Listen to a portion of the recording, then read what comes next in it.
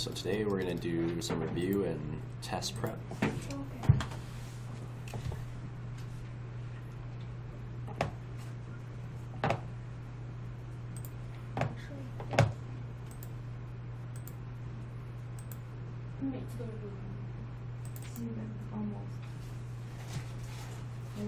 这一次吃2吃太多了，就这个月疯狂吃。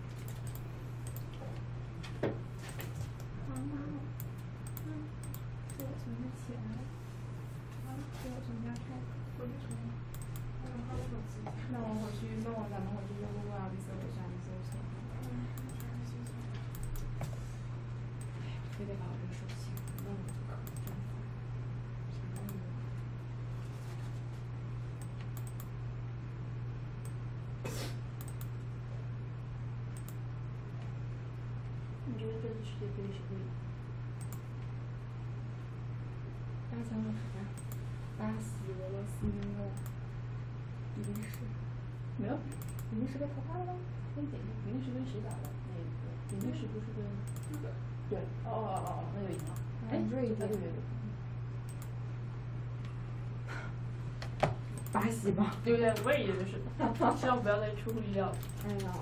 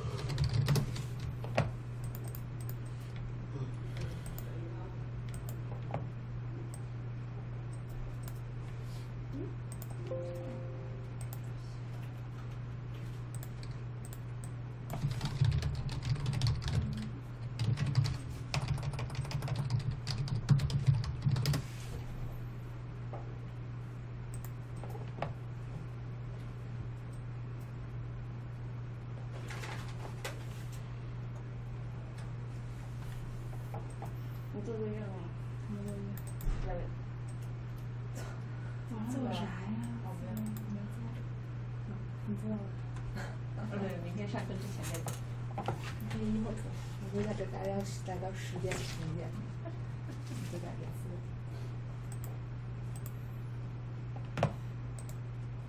你看蓝白不知道，你老那个蹭视频有点。主要我就真的觉得这一周、下一周就刚好跟别人换班了，周1、周2上全天的班，这周在那做课，周2、周3做上，正好周2、周3肯定是要上班。你一般换班也不太行动。那你就老换班，不是我换班，主要是因为我们排班上这些节，大概年还有另一份工作，然后刚好就是，而且在这2周就要准备考试，我们行业考试。类似于专业考试，所以他才把这1周1、周2改成8到2上。所以你要想换，平时再换班的话也不太。对呀，就是没什么。那我平时上班还蛮少的。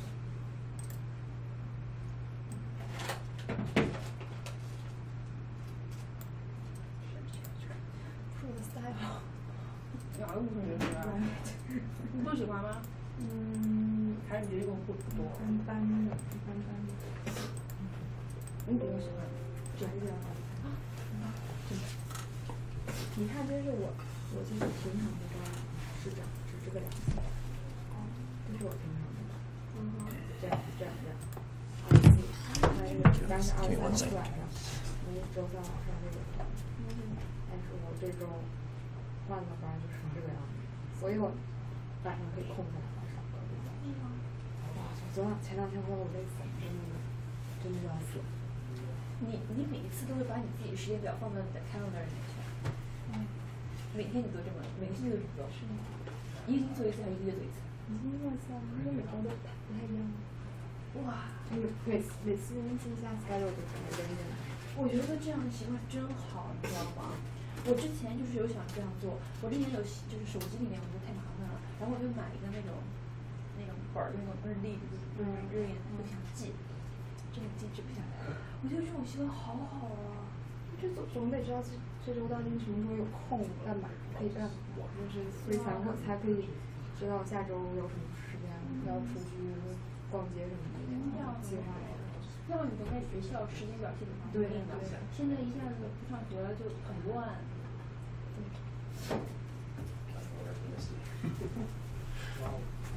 Small class today. Okay. All right, we might as well get going. So, mostly we're going to be reviewing a lot of stuff today. I'm going to show you a few other commands as well. But if you guys want to open up that old block and tables practice we did, it's the first thing we're going to be kind of playing around with.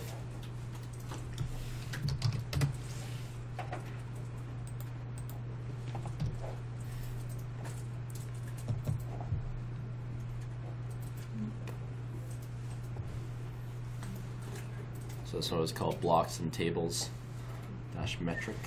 Try to find the one that I think you guys should have a version that has all of the blocks still included. If not, I will copy one over.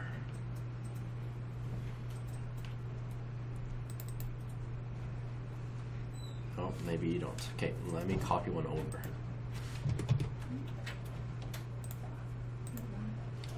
Give me 1 second. I will grab it for you guys, and I'll upload it for the online group. So let's call this one solution.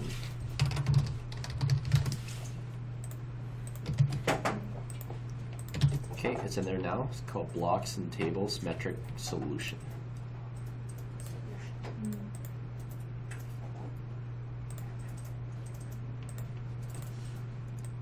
And for those of you online, it's now uploaded, so you can download that and we can follow along on this.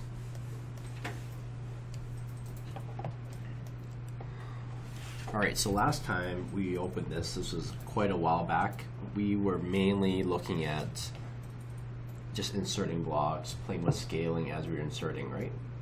There's one more command with blocks that's pretty important to have. It's called bcount. So if you type in bcount, press enter, and then you can see down here it says press enter to select all, or you can select objects. Press enter again, and then expand your command list, and it will show you a little bit more detail.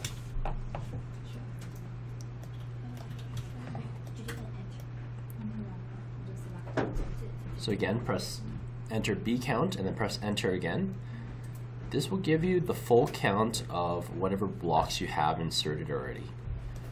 So, for example, if I were to copy the toilet, and I'm going to put a toilet in the living room, and a sink overflowing in the kitchen for some reason, and let's say we put another fridge in the study.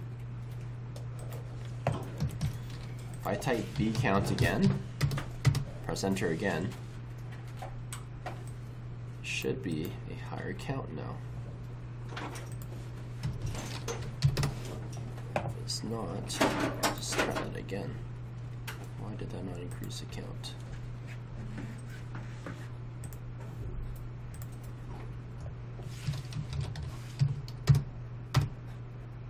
There we go. Okay, so it didn't do a great job there.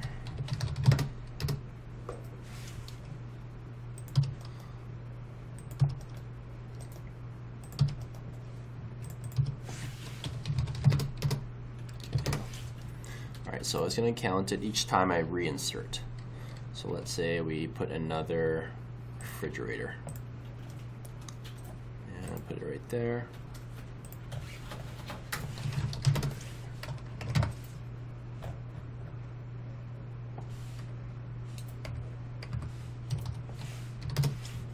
Grab something else. Let's go with the toilet.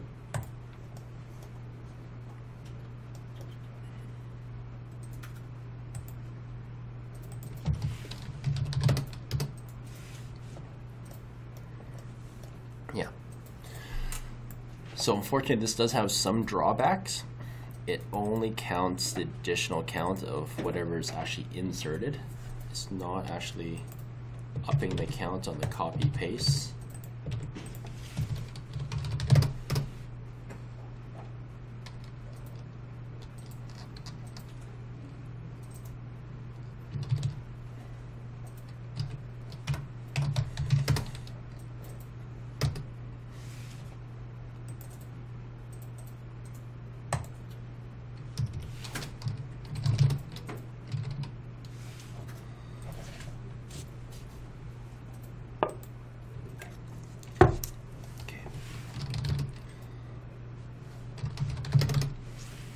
Yeah, for whatever reason it's not updating one copy paste, but at least for each insert it will count it for you. So this is just a basic block count.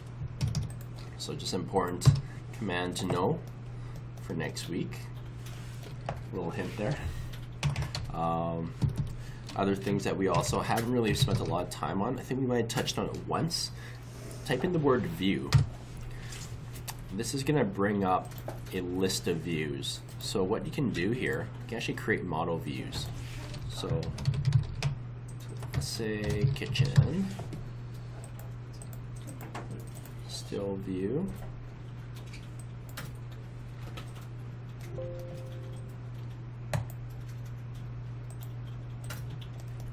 And let's say that's going to be the view there.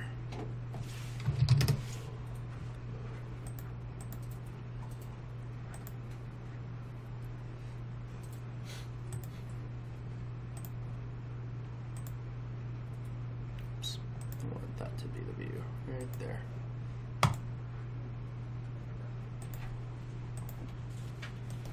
So if I go back to somewhere else, do you notice how as soon as I applied that view, it jumped to it? So that's really important, because if you ever need to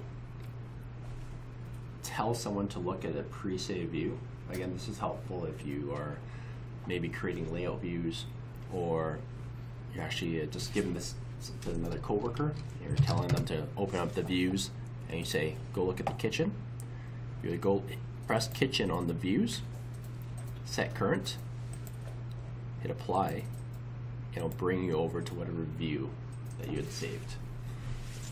To create the view, as you saw, let's make a new one. So for the bedroom, your model views, I can create a new one. Just call this bedroom.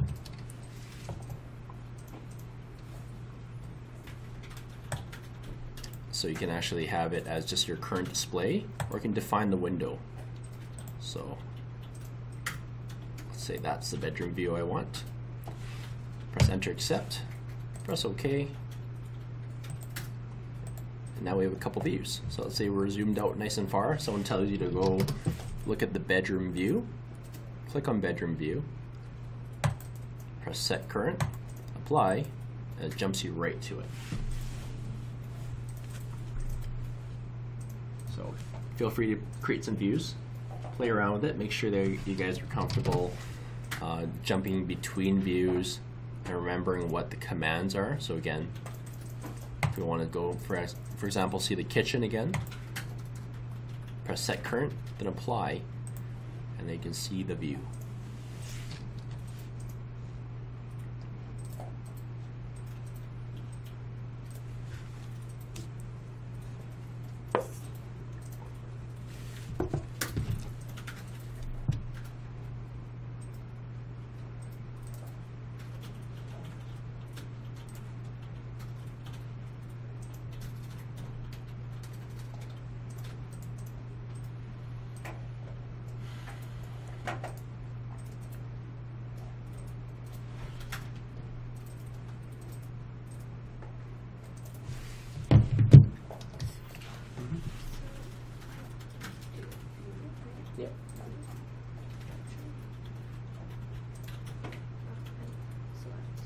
If you want to define it, just make sure you pick define window.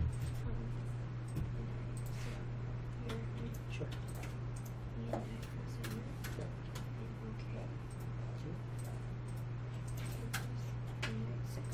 Yeah. Yeah. You were zoomed into, did you notice? So go look somewhere else. Go to like the left side over here. Okay, now type view. Set the current view to be your bedrooms. So click on bedroom. Then press set current. Apply. See how it jumps right to that view you saved? Okay. That's how that works. Everyone's okay with that command?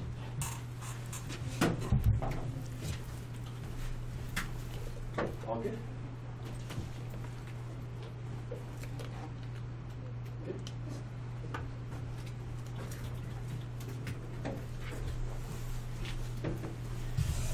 Okay.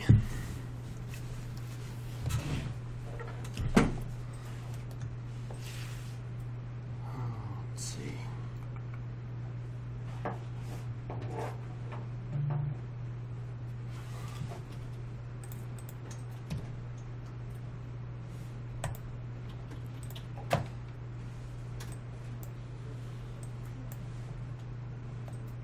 Those are all continuous. Okay.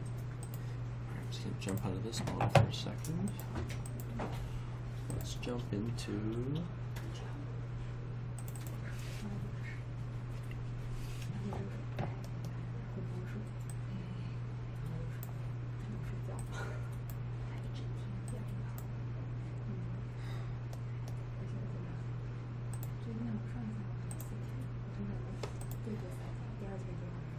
Alright, if you guys want to jump into that architectural example, the one called architectural solution, back to that staircase.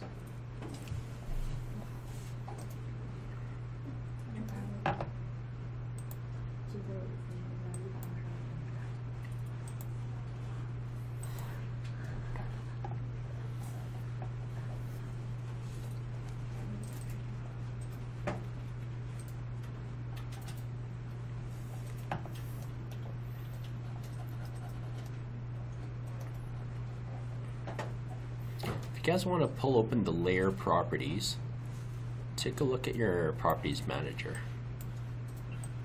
I'm just gonna make mine a little bit bigger so you guys can see.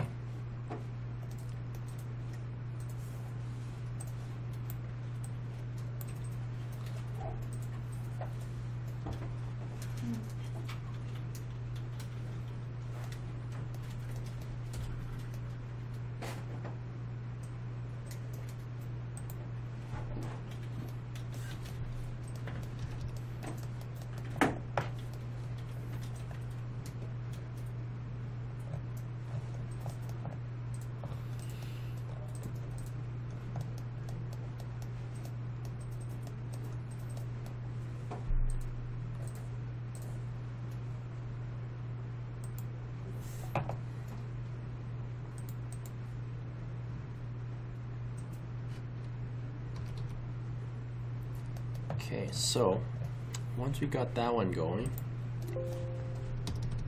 if I want to know what layer something is on, if I'm clicking on it, it brings up this layer, right? So again, if I'm not selecting anything, I'm just on whatever layer I was working on.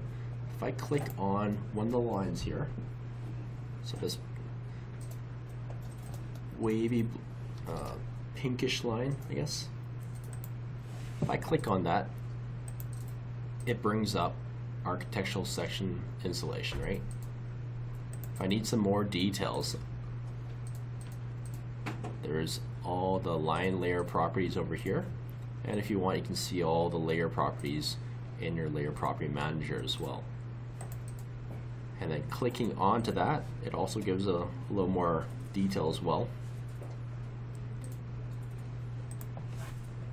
But it's quite clear, once I click on that, it shows what type of line type it is, right? So the line type is called batting. That's all clear? So it's really important to be able to distinguish different type of line types. We've mainly only been playing with a couple, right? Just our standard 0 layer on a continuous line type, and a lot of times hidden. Those are probably the two most common we've really been playing around with.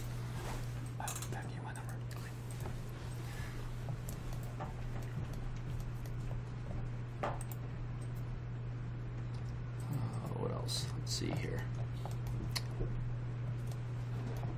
Thought we had another layer here I want to see.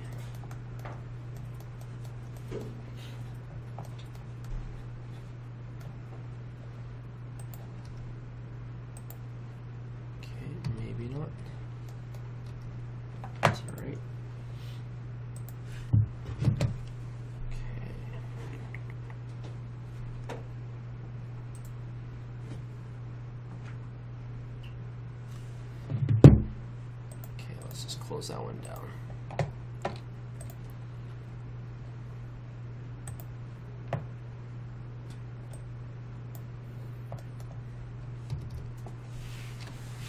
All right, start a new drawing. So just close down that last architectural example. Just open up just a fresh AutoCAD drawing.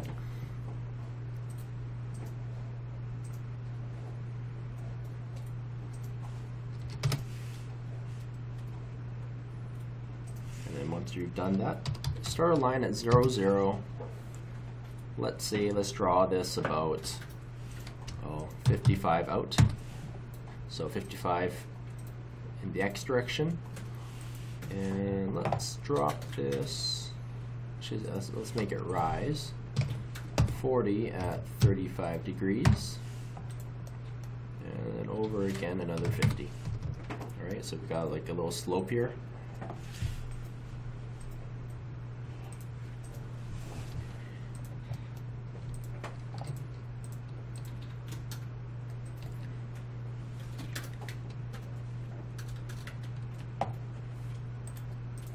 And let's maybe draw a little circle. And let's make the center point 0 and 5 for the radius of 5.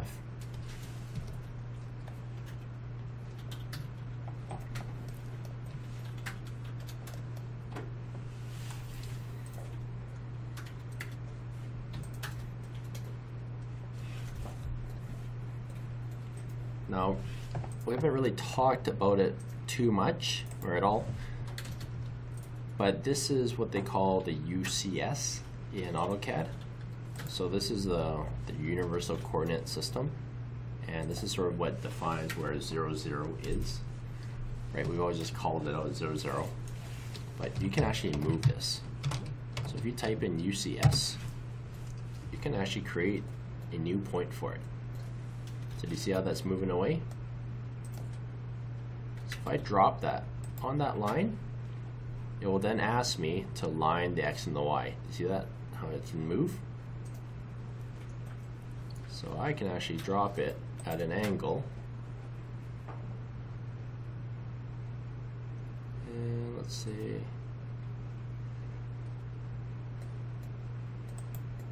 There we go. Make that perpendicular. See how everything shifted? So now, technically, if I draw a line at 0, 0, starting there, and I draw it again 50 out, let's say 0 degrees first.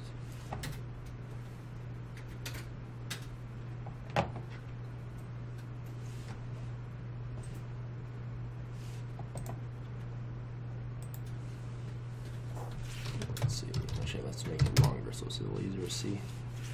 0, 0, 100 at 0. Where does it draw it?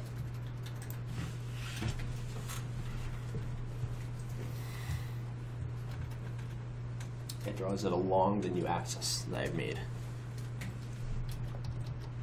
And then, if I continued on from that point, drew my 50 at 35 degrees, it's 35 degrees from the new reoriented axis.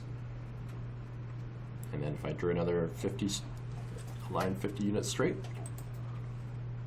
it follows it in line with whatever I made that X, right?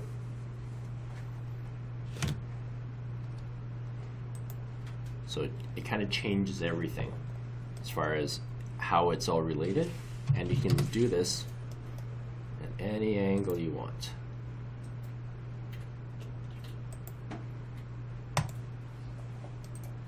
So now I'm pointing back down. So here's my new 0, 0 again. I can draw that 50, 50 and 35, and another 50. Those are almost all the exact same lengths and angles, but they all result in a very different look, right? This one I made 100 so it was easier to see. So it wouldn't end up on the exact same plane or termination point as that. But you can see those were all straight, 35 degrees straight, and yet they all came at result in a different look because you can keep moving your UCS. And I can even bring it back to its original point.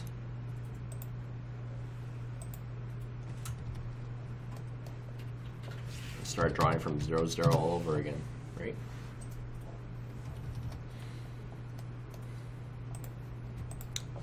And you'll really notice this. Let's say I were to make a copy of my little circle here, and I dropped it somewhere along the curve. Something like that.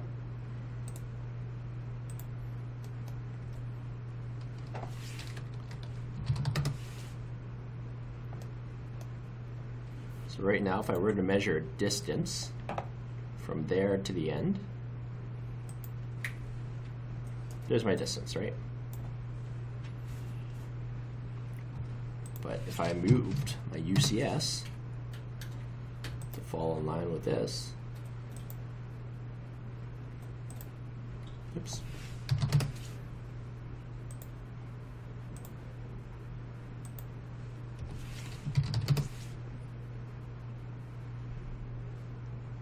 And let's say I measured from here to the end. Very different. Actually, what's better would be, let's go back from here to there. So the distance was the same, right? But the X and the Y is different because the point of 0, 0 is different. So distances will always be the same, but the relationship of where they are starting and ending is going to be different. So you've moved where your theoretical 0, 0 is. Does that make sense? So this is a floating 0, 0, essentially. Even though we've always kind of just talked about that as a static thing, it can be moved around.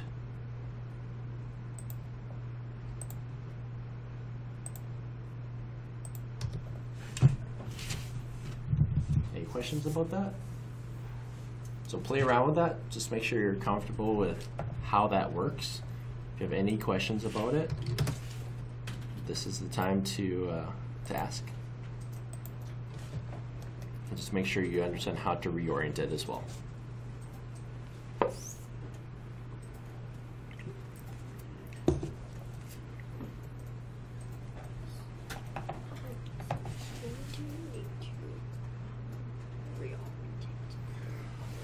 It'd just be, let's say you were drawing out something really big and complicated and you needed to actually reset where the 0, 0 was.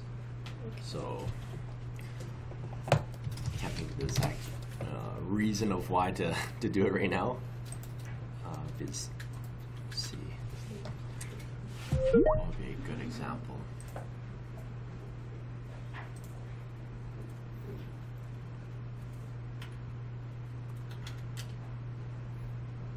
Essentially, it would be if you want to, let's say you drew everything askew, so it wasn't all flat like you expected it to be, and you wanted it to be in line with this slope here and take accurate distances from a different point. So your 0, 0 is like top of the mountain now. A little mountain I made. So you can measure down from 0, 0. And everything's now in the negatives. So all it is sort of an arbitrary point of 0, 0. You're just adjusting where your 0 point is.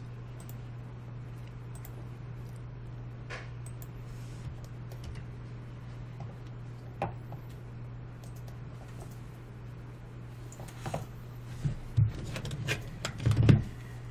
let's see what else we need to do here.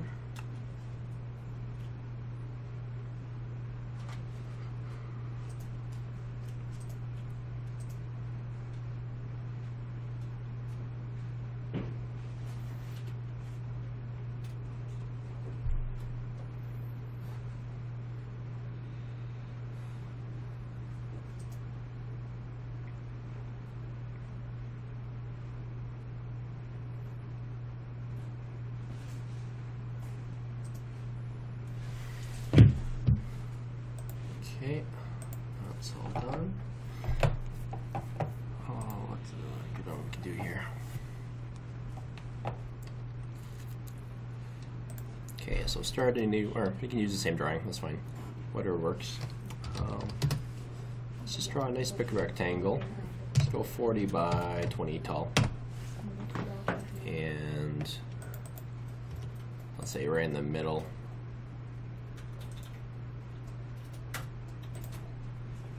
Go a radius of 5, and let's go with a hatch.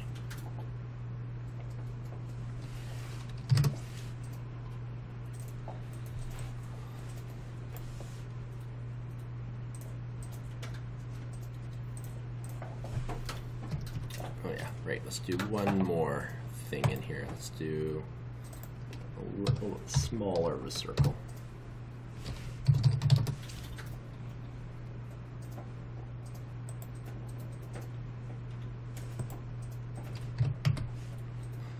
And then press T.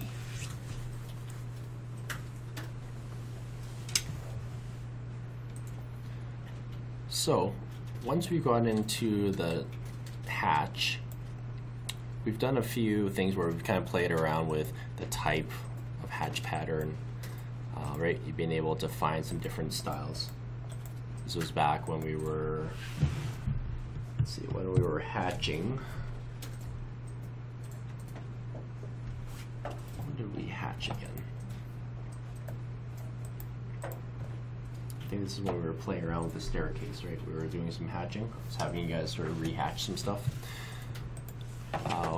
One thing we didn't really play around too much, we did play around with angle and scale, but over here there's an island detection. So if you went to ignore, set OK, notice how it will pick everything within this boundary and go right through my circles. That's if you ignore it. You can also do a normal.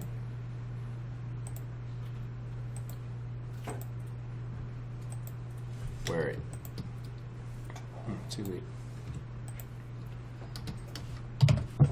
it will allow you to choose or not choose those. You can also play around with your different boundaries. So there's pick points, add or remove objects, and remove the boundaries. So there's just a few different options of how it sees areas that you want to select or not select. So go through that, play around with removing and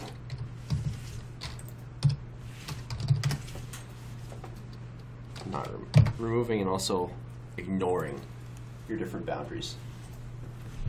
If you aren't seeing that, make sure you guys are expanding out your bubble. So you might only see this. Click on the little bottom arrow here for more options.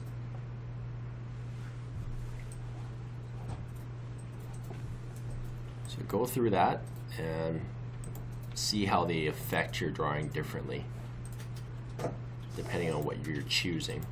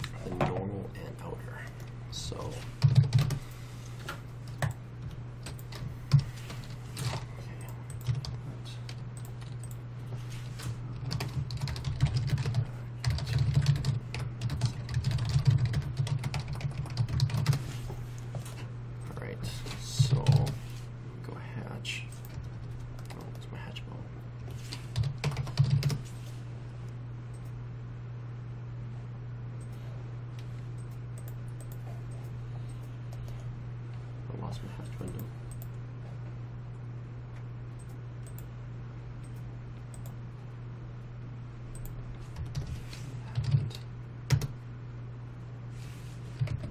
There we go.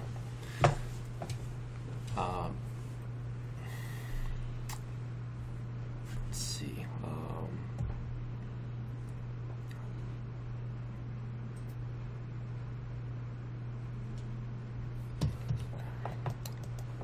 See if I can create that.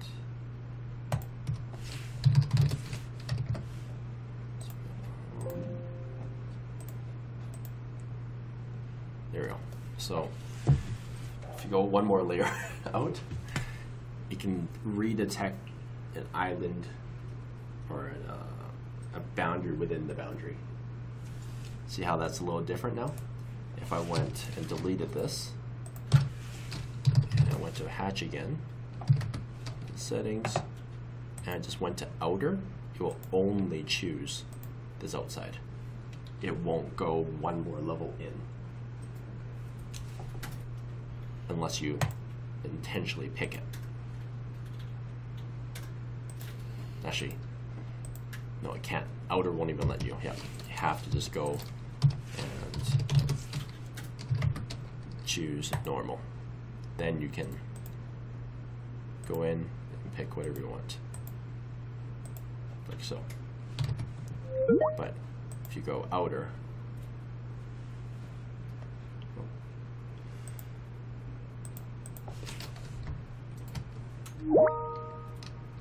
can you guys hear me again?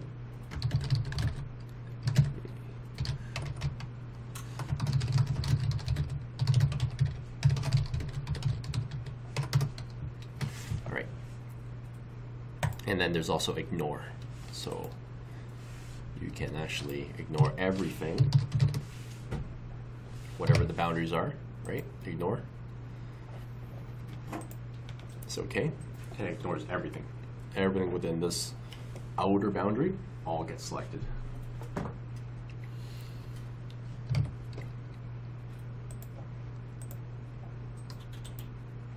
So just depending on what you need to have selected,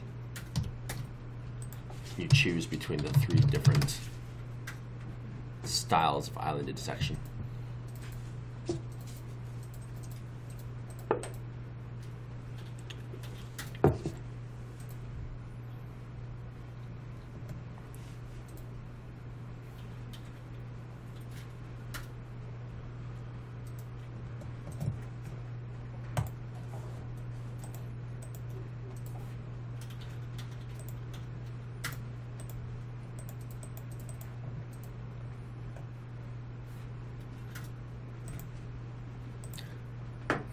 And just in case you need more patterns, if you click through, mainly just played with the ANSI, which has been fine, right, for most of our steel hatches that we've been doing.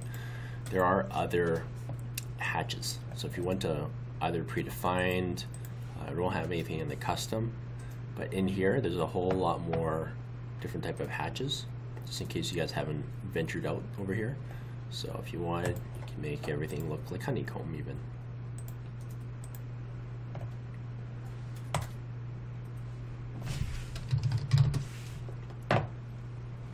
So again, to get that menu up, type hatch and then the letter T. Click through here on the pattern, and there's a whole bunch more. So just depending on what you need. And you can have multiple hatches within one area. So that might be a little bit hard on the eyes right now, but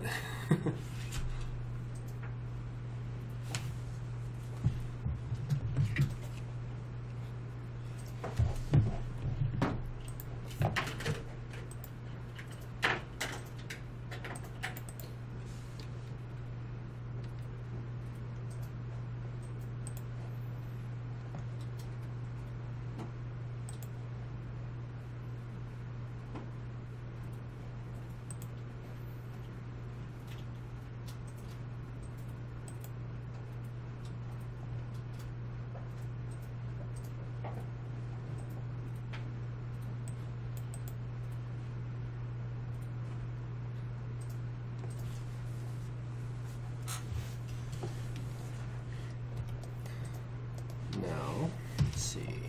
Just gonna quickly move this over here.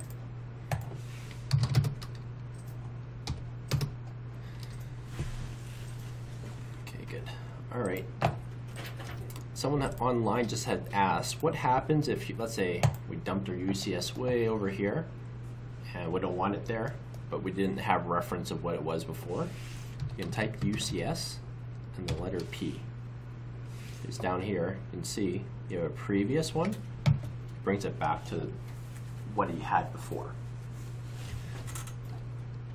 So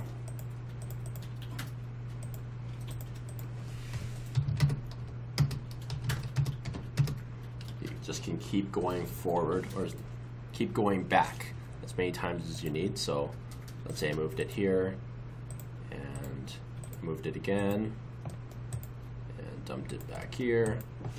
Type in UCS and P each time, it jumps back one more. So it's now back there. Type UCSP again, UCSP again. Slowly you just work your way back.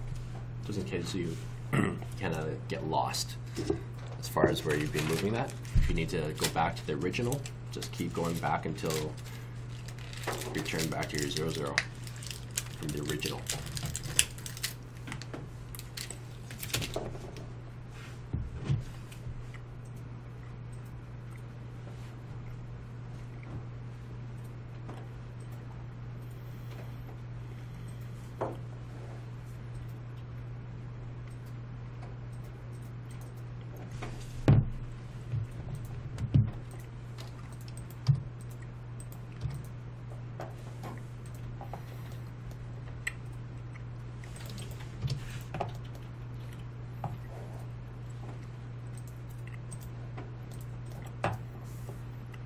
Okay. So if you guys have all drawn the same rectangle as me, we drew a 40 by 20, right? Rectangle. Yeah, 40 by 20.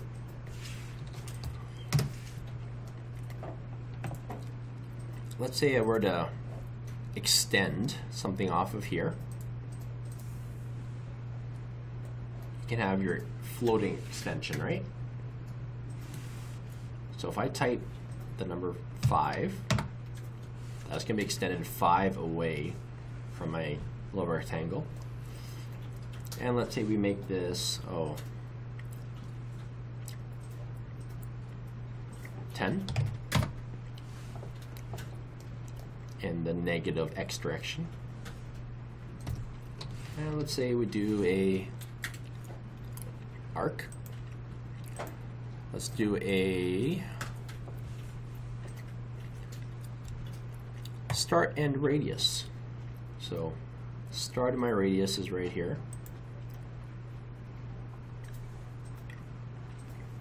My end point, let's make this 20. And let's make the radius 10.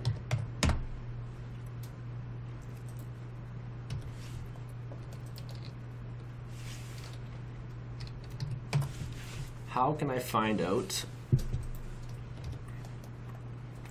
the distance from that midpoint of my arc to 0, 0?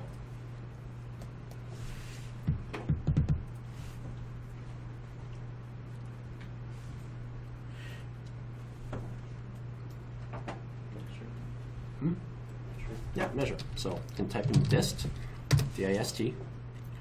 I can go from, I can hover until I turn on that snap point, my midpoint. And I can go 0, 0.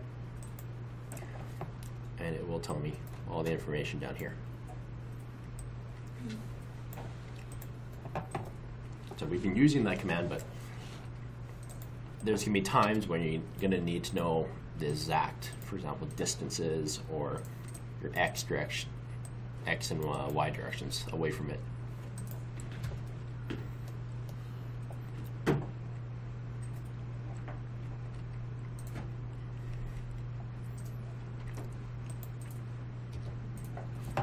Something else that you also get is, let's say I pick my arc. Do you guys have your properties tab open? You guys notice how there's actually a lot of information in here as well. It tells me where my start location was in the X, the Y.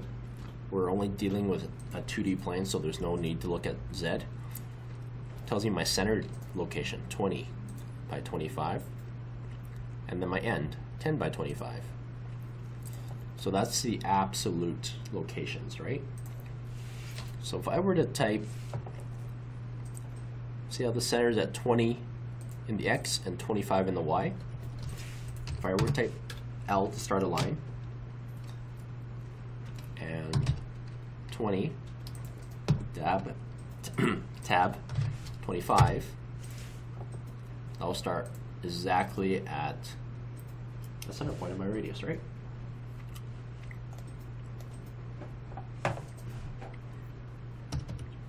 And this works for pretty much everything you've drawn. So if I click on this line here, same thing.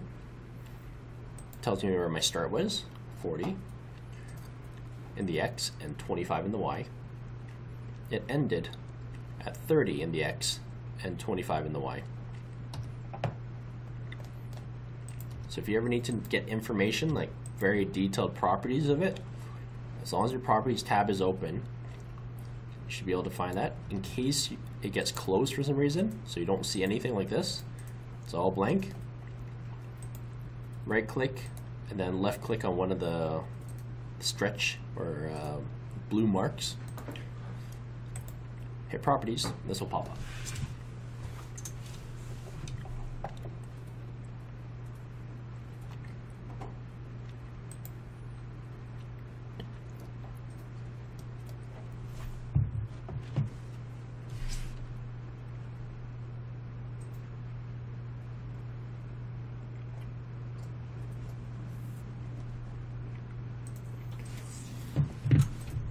Okay, still with our little rectangle here. If I were to just quickly drop down under the Annotate tab, well, let's grab a radius of my arc. All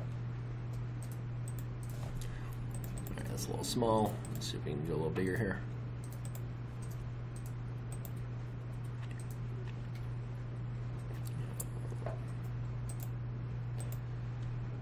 Text. There we go.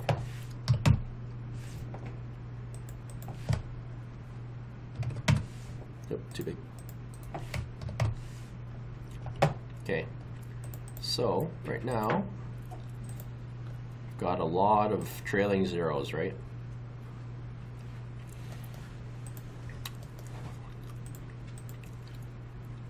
If I want to change that, where do I want to go?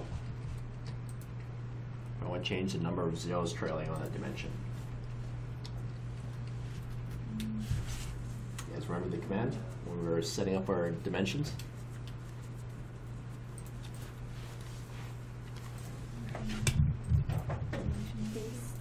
Yeah, dim style. So DIM, STY, then you can type in style if you want, or it should pop up already as a shortcut. Open this up, and you can actually modify your units. So this is the global modification, right? And these will be the different names. So I could even make a new one, call it copy of standard. And if I were to change, let's go primary units. Right now it's at 4. Let's say that's too much accuracy. Drop it down to 2 zeros. Or sorry, too much precision. Drop it down to 2 zeros. Say OK. And let's say a set current.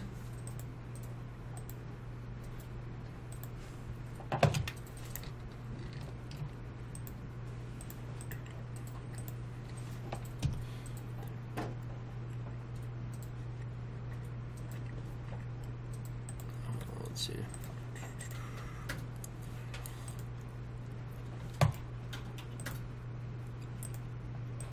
There we go. Oh, what? Great. Too small.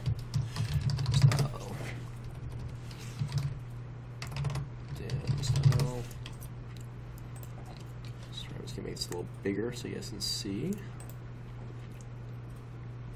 That's good. Text. Text 2. There we go. So as you can see, when I change it from standard, which is what it was, standard, there you go, and I switch that over to my copy of standard, it drops the number of zeros and sets whatever other settings I've chosen, right? So that's under dim style, again, DIM-STYLE, S-T-Y-L-E, if you want to type in the full command. And these are all your global commands, right? So you can change pretty much everything in here. Change it to 3 decimals. I can make my arrows bigger. Right here. So we make the arrow size 2 as well. My arrow's gonna be a little bit larger now.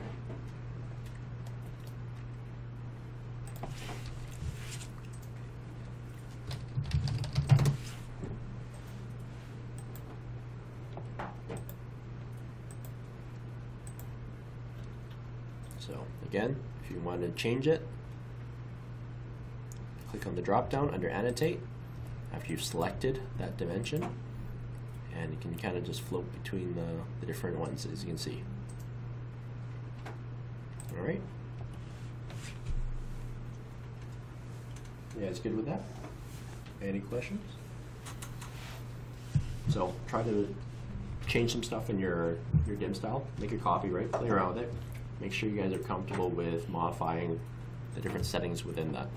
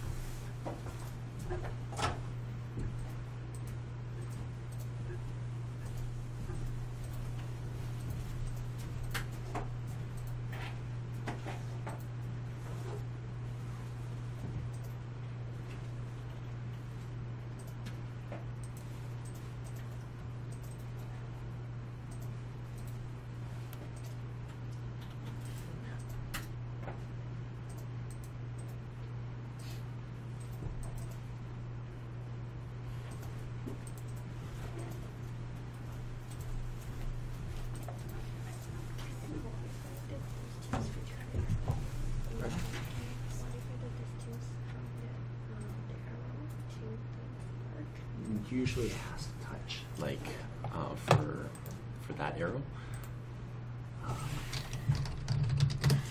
There's usually no time when you would want to have a distance between. So the break size is actually the... Oh, that's something else. That has to do with this one here. So let's say we do a linear dimension. Let's see if we need switches over. Okay. So the break size. Oops. Let's say 0.25.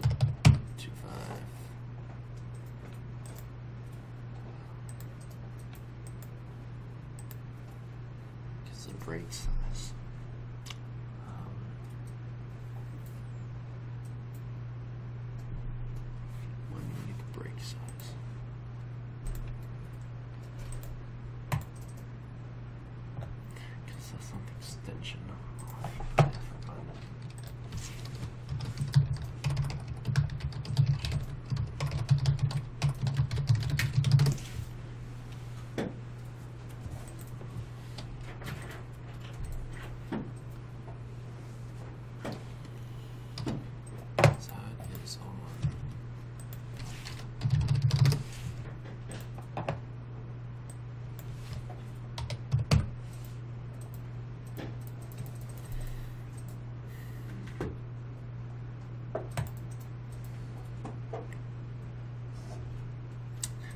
That break size usually is your break away from the part itself.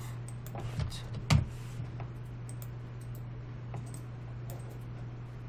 it's not really doing it right now.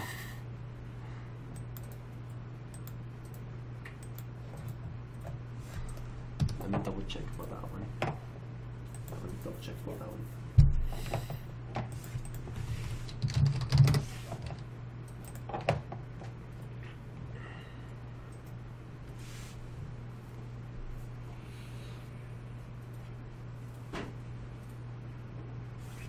That's the cap size.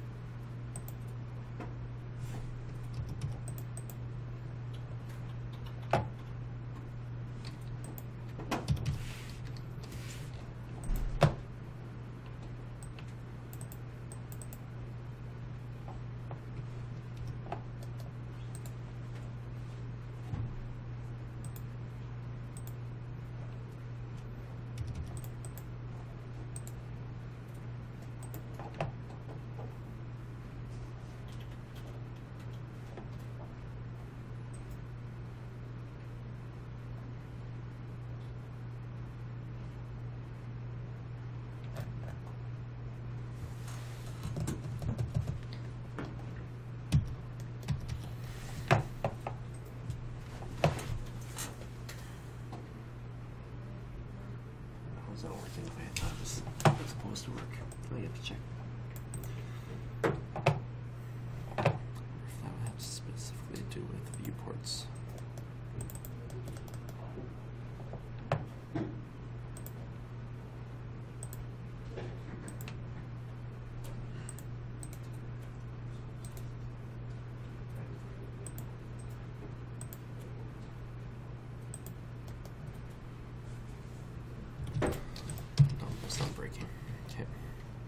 Check it out.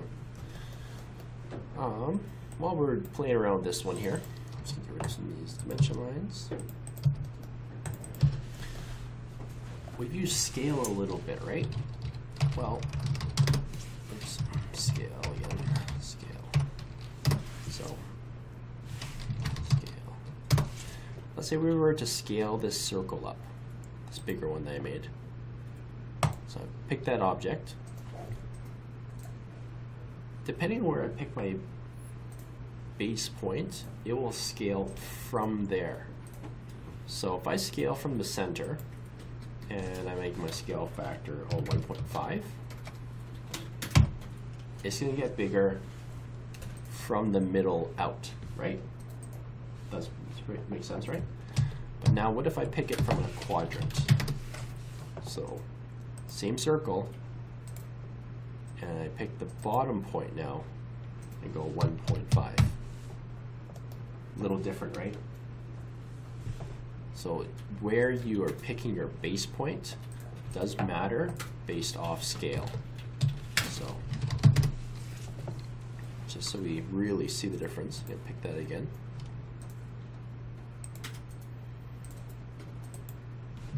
And make a copy at 1.5. So this is my copy when I pick it from the middle. Make another scale in the circle from the base at 1.5. Oops, copy 1.5. Right? Same scale factor, different scale base point. You're going to end up with a different way of it growing. It'd be the same size, but the relationships in terms of the circle to everything else around it is going to be different, right? So be careful when you are asked to scale something. Understand where you're scaling it from.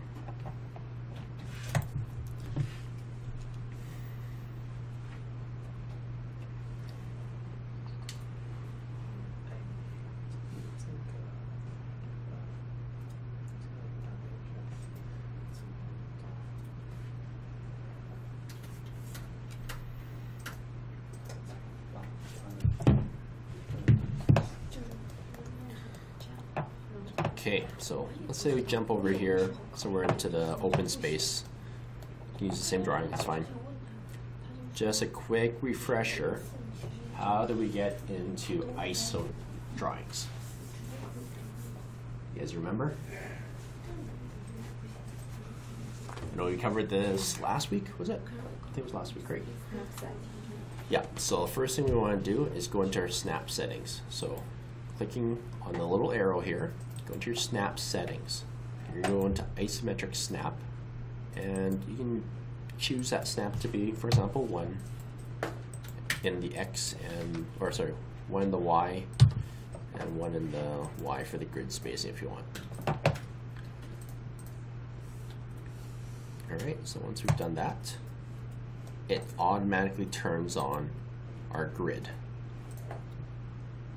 So isoplane left, top, and right. So if we were drawing on the left, let's say we were to draw our little rectangular cube again. Sorry, rectangular shape, not cube. And oh, don't forget, turn on snap mode as well if you want it to snap onto the grid. This is going to be snapping at every single one space. So if I were to pick this corner here, you can either let the snaps draw over, or you can also type. So let's say I want to make this 5 long in the rotated X, right? And let's go 2 up, and let's say 3 over. Let's go all the way up to the top here, this big box, and back down. So we have our little L shape, right? Like a Tetris block. That's the one side of it. Now how do we switch it so we can draw the top view? How do we reorient all this? Yeah, so over here on the isometric drafting, click here, it brings up your isoplane top. So as you can see, everything switches now, so you can draw in that direction. Again, you can go back to line. I can snap back to that point, and I'm adding depth now to my same object. So I can draw the rest of my little L here.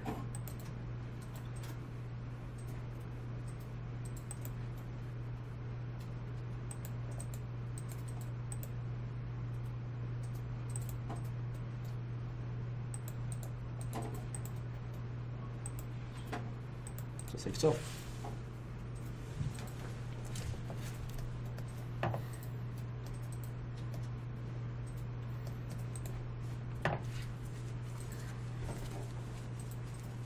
So this is always assuming everything is very symmetrical. But if one side were to be, let's say a little taller, you can also do that still. So let's say we make this part just a little bit taller, and let's say it slopes down like that. So I delete that line there, delete that line, delete that line.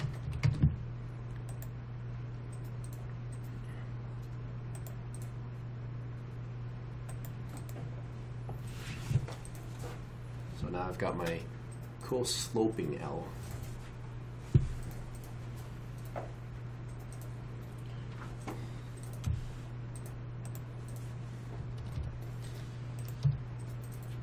So let's stretch this up. So if I click on this, it tells me my change right here. My change in delta y, or my length. See, this side is 4. Side is 3. So you can find out exactly how tall I've drawn this. And it's quite visible. There's a slope to it, right?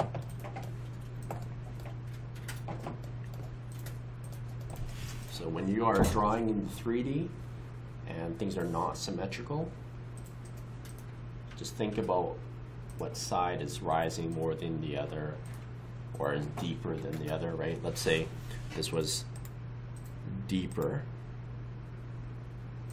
this way, kind of like that.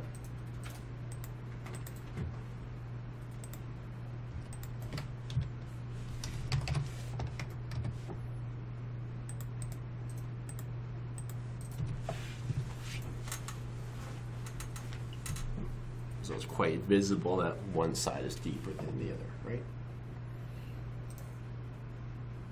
Or wider, I should say, depending which way we're looking at the block.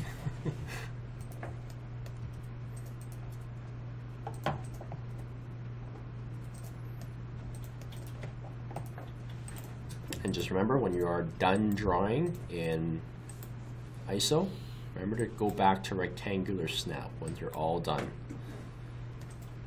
If you need to draw your normal 3 view or something, you'll see that with all your planes. You're going to go back to that normal X and Y, but if you're still in the isosymmetric snap, everything's going to be angled.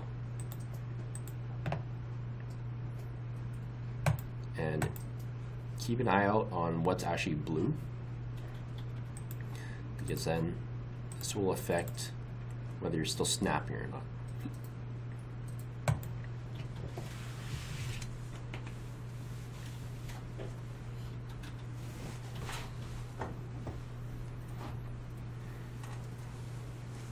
So play around with that. Make sure you guys are comfortable also drawing, not the perfectly straight edges in ISO.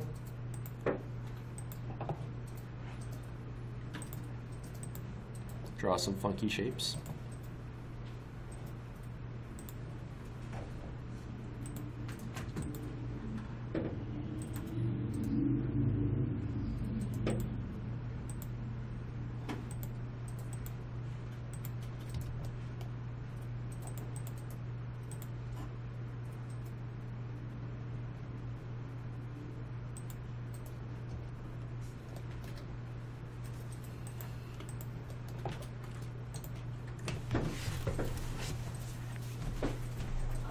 I got something like this.